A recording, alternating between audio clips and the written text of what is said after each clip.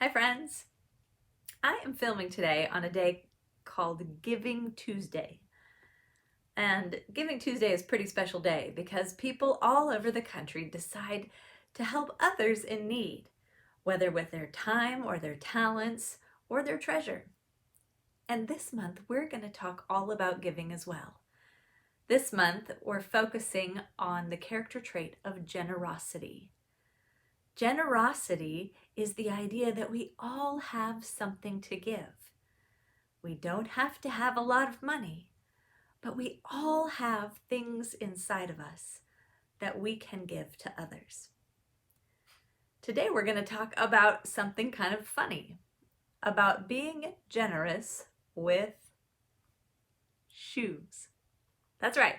We're going to talk about being generous with shoes. These are two of my favorite pairs of shoes, and they'll come into play a little bit later when we get to our art lesson. But before we talk about my shoes, we are going to talk about a pair of shoes that a young man wanted like crazy, and how those shoes taught him about generosity. Join me as we read our book this month, and then we're going to create some shoes of our own. Our book is called Those Shoes. And as I read it to you today, I want you to pay attention to the main character and how his attitude changes about a pair of shoes.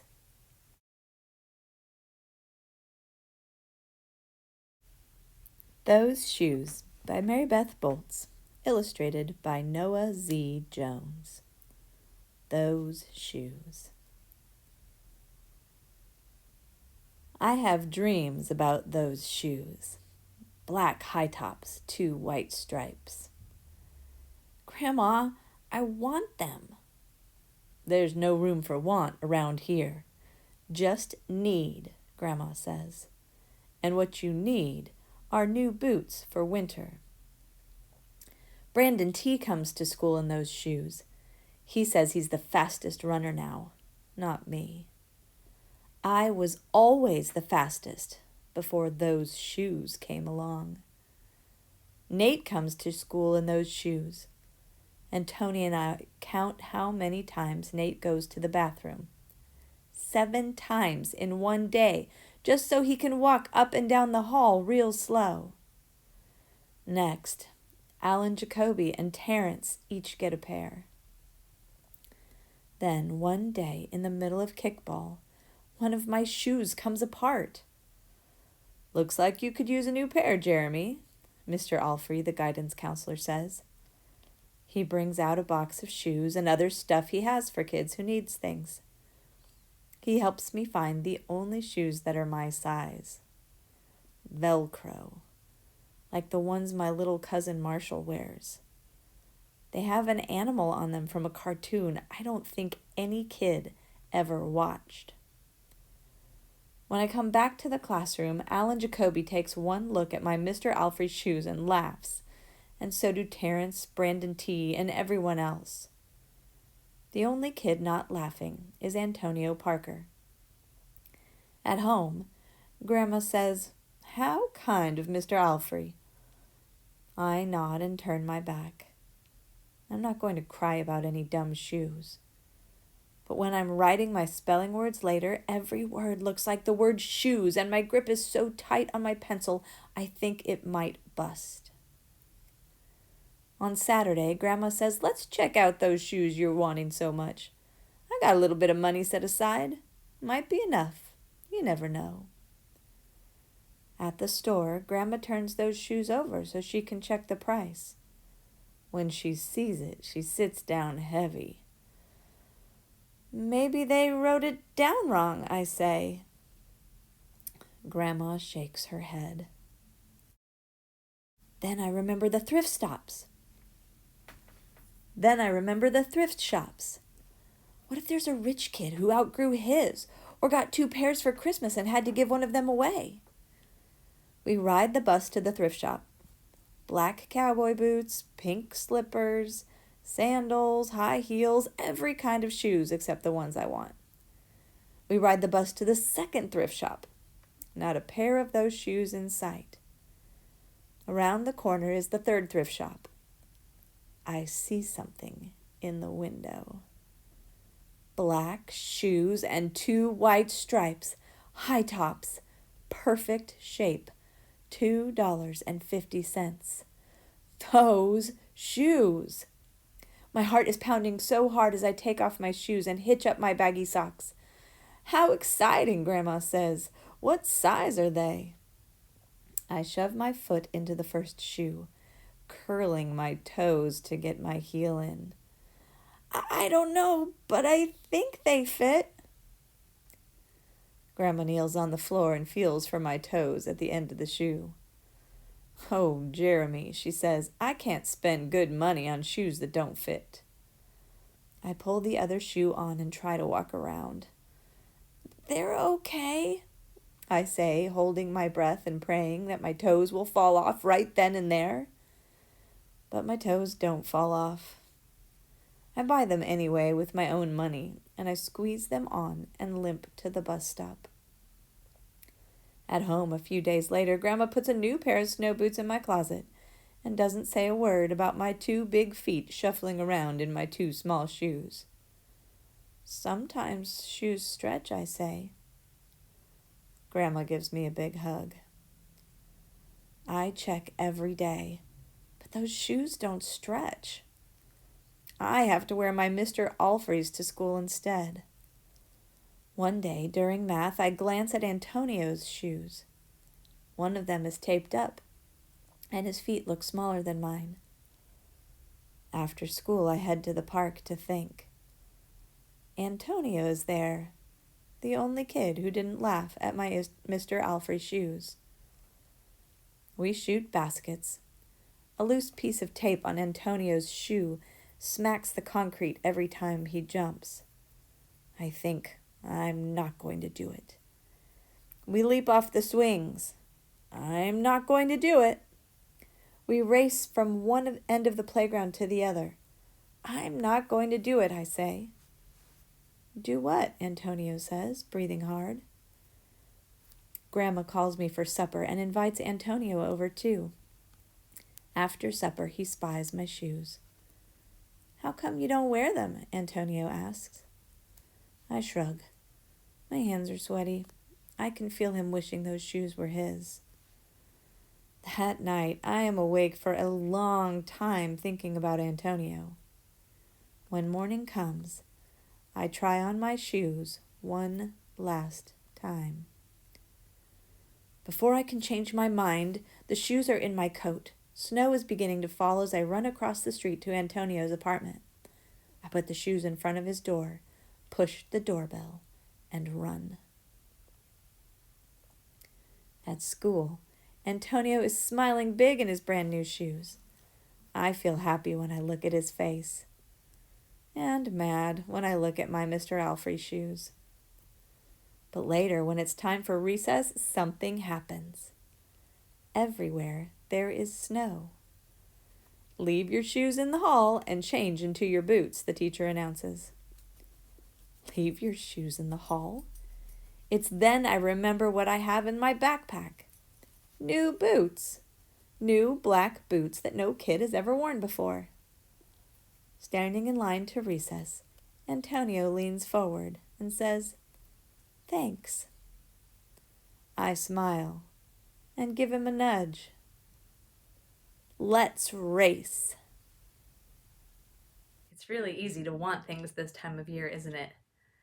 When we see commercials all the time, or maybe billboards, or we start looking for gifts for other people, and it makes us think, I want that. And our main character today saw those shoes on a billboard, and he said, I want those black high tops with the white stripes. And then he saw them on the feet of so many of his friends, and he said, I want that. But when he got the shoes, they didn't make him happy, did they? Maybe because they didn't fit all the way, but he was willing to hurt. He had to limp to the bus just to wear those shoes that he wanted. What made him happy, however, was when he gave them away to somebody who needed them, when he was generous with something that he wanted. So we're going to draw our dream shoe today, but as we do, I want us to think about who we could give our dream shoe to. Imagine that we had the magical power to create the coolest shoe and then to make it come to life and give it away. That's what I want you to be thinking about today. We're going to be looking at the structure of a shoe. It's very basic. Shoes have a sole, a toe, a heel, and a body. Now, the bodies of shoes are different, as are the soles. Check out these two shoes together. You can see that this one just has a simple straight sole, but this one has all those little bumpy lumps on the bottom. This one has a more complex top. It has a rubber toe, it has laces, it has air holes to keep the stinky feet clean and fresh. It's got a short back like this. Or maybe your shoes are more like this. I have a boot here with a simple sole, a very simple toe and heel, a higher ankle, and then interesting little detail right here. We're going to talk about how to draw just a basic shoe in our journal, but then you get to go crazy and design it however you want. You get to make any kind of sole you want, any kind of body you want. It can be low top, high top, ankle high, knee high. You can decorate it just with black with white stripes, or lightning bolts, or roses, or flying pigs, or basketballs, or whatever you want to put on your shoe. You get to be the shoe designer today. But as you create this thing that you think would be so, so cool, I want you to imagine getting to be generous with that thing that you created. Because artists are always generous. Whatever we create, we do for the enjoyment of others, so that they can not only see beauty, but experience beauty as well. So go ahead and grab your journal and a pencil and whatever you want to color with today. If you prefer colored pencils or crayons or markers, or a little bit of all of the above, go ahead and grab them and let's draw some shoes together. All right, I grabbed my shoe just so we could look once again at the different parts of the shoe that we're going to draw. We're going to start by drawing the sole, then we're going to draw the heel, then we're going to draw a place for the toe, and then we're going to connect it with the body of the shoe. Now, obviously, my shoe is bigger than my paper. I have my paper in my journal turned on its side so that it's horizontal or landscape. So my shoe is going to be a little bit smaller on my drawing. But I do really want to try to take up most of my paper. This is actually the second time I shot this video, because the first time I did it, I made my shoe way too small. It was skinny and it was all the way at the bottom and it just didn't look very cool. So we're going to shoot it again. This time I want to make sure, even though this shoe is very long and narrow, I want something fun to decorate. So I'm going to make my shoe a little bit different shaped on my paper. Still going to start with the sole, and the sole is basically just like a big rectangle with some curves on either side. And you can notice that the sole curves a little bit here. You can make your sole curve like that. You can make it a plain rectangle. You can make it skinny with bumps, but we just have to have some place to, so our foot has a little bit of support when it hits the ground. So I'm going to start at the bottom of my paper with a little tiny C, or like a parentheses, and another one over here. And I am just going to draw a line across there and a line across there. Now remember, I'm using a pencil, so I'm sketching a little bit lightly. I can always come back and erase or try something new, but I just want to get that foundation in place. We'll come back and add detail to that later. The next part of the shoe that I want to draw is the heel. And the heel is also just a curved line, kind of like we did a little bit of a curved line there. I'm going to make my heel, I'm going to use my invisible drawing tool, my finger, and I'm going to make it come up like this. Sometimes I like to use my eraser. I could do in a line with my eraser, so I can kind of imagine what that's going to look like, and then I'll come back in and sketch it just like that. So my heel will be a little bit of a curve like that, and my toe will be a little bit of a curve as well. Notice that the toe is less tall, shorter, I guess is the right word there, than where the heel is. So I'm going to start my toe curve right over here. Okay, so that's how we're going to start our shoe. A sole, a heel, and a toe. And then everything else is really up to you. If I'm going to make just a traditional shoe where my foot goes in, I need to make a big wide U where my foot is going to go in. And then I'm going to connect that U with my toe. And look at that. I have the basic beginnings of a shoe. If I wanted to make a high top, I wouldn't do that U. Instead, after that heel, I would come up high. Then I'd make the U. This is for a boot or for a high top. Then I'd come back down, and then I would connect to the toe. So depending on what kind of shoe you want to make, you can design it any way you want. Now, we have the chance to make all sorts of fun details. On this shoe, there's a piece of rubber where the toe is, and so maybe you want to add the front part of your shoe. Maybe, I think I'm going to curve mine back this way a little bit. Maybe you want to add laces. And the best way to add laces is by just doing, see here how we can just see a little part of the laces. This shoe is laced a little bit differently. I'm going to do mine like this. I'm going to make a V and a V and a V, and I think I'm going to make mine go all the way up to the top. If I do a little circle around the point of my V, then we know that that's where the laces went in. I'm going to go ahead and do a V inside my laces so we see them as thicker and not just as strings. Maybe you don't have laces at all, or maybe you do. And I'm going to add another little circle. Oh, I thought that was a starburst wrapper. You know what that is. In our art journals, that was my butterfly. If I add this other little circle, then it really looks like I've got some laces going. Maybe I want to add some design to my sole. And remember, these are all just suggestions. You might be already drawing your shoe in a totally different way, and that's fine. But maybe I want to add a stripe. On this shoe here, it has this cool texture. You see that? It's like little X's, little diamonds. So maybe I want to do the same. Remember when we did cross hatching? This is like a bigger version of cross hatching. You can add all sorts of texture. Maybe you really like shoes with stripes or a swoosh on them. Maybe you like a set of stripes. Maybe you want to make a star. Maybe you want to make up your own logo.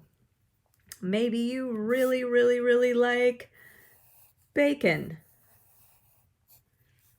And you want bacon shoes. Or maybe you really, really like tulips.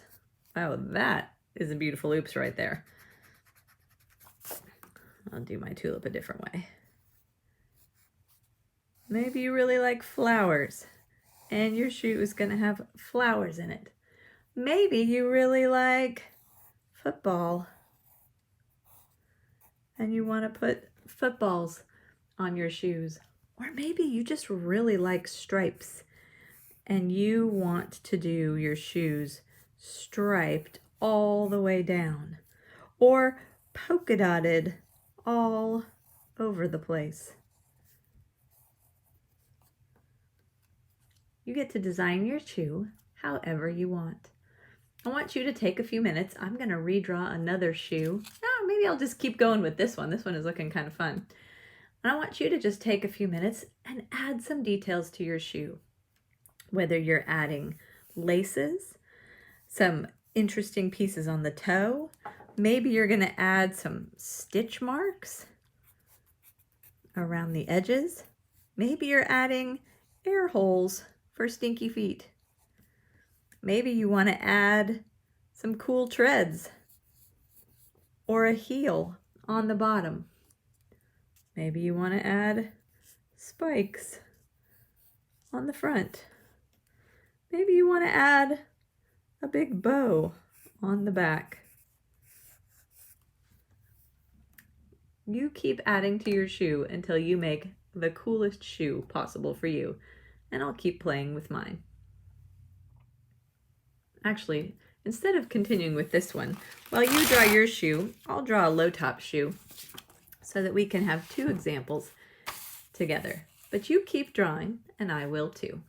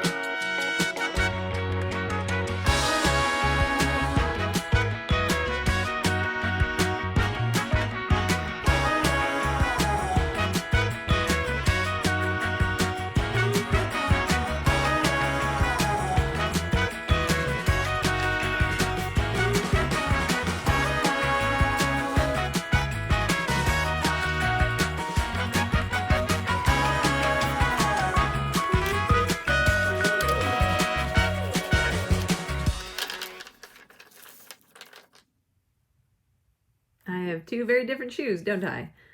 I'm going to go ahead and color them in. Sometimes it's kind of nice to outline in a dark color first, so if you want to do that, you can. Or you can just go ahead and color them any way you want. Just make sure that you enjoy every step of the way. I'm going to color mine while you color yours.